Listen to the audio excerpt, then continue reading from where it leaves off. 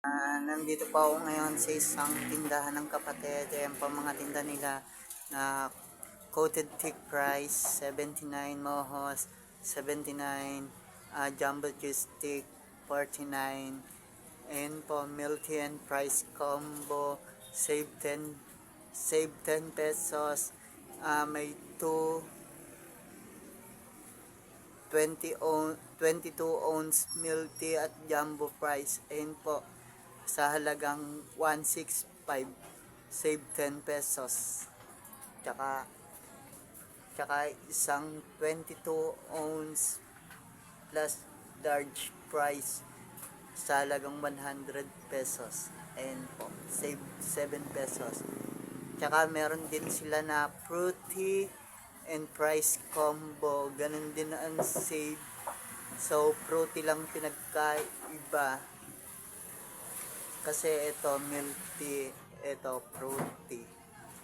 Tsaka ito yung quarter pound burger. Regular 50 each. Tsaka with cheese 60. Ito may combo meal din sila na may 16 ounce milk tea, quarter pound and price. And po, tatlong klase na po, milk tea, burger, tsaka price sa halagang 99. And din po, pag may cheese, add lang po kayo ng 10 pesos. And po, ang combo meal nila. So, ito yung pinaka mabili. Tal, mabili ba sa inyo to? Yung buy one taken na?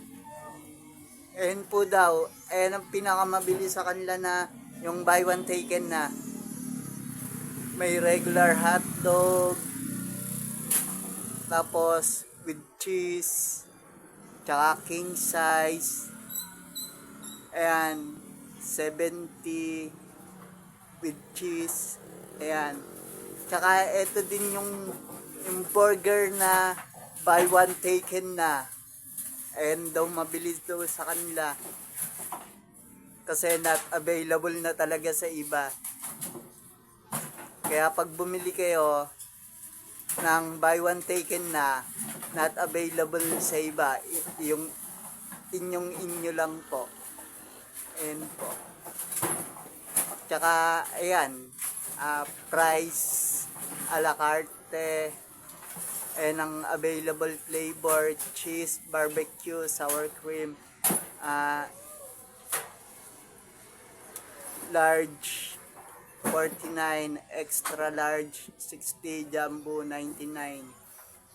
Tsaka ayan, combis. Ayan, rice with drinks. Ayan po.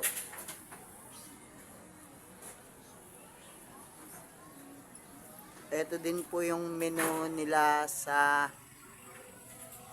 milk tea.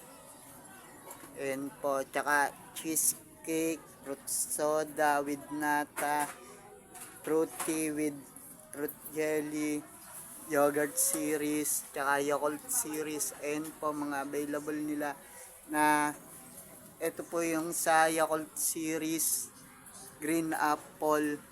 Pero mas masarap daw yung kiwi dito. Kasi yung meaning ng kiwi, yung kaibigang iniwang, walang inibig. Ayan po.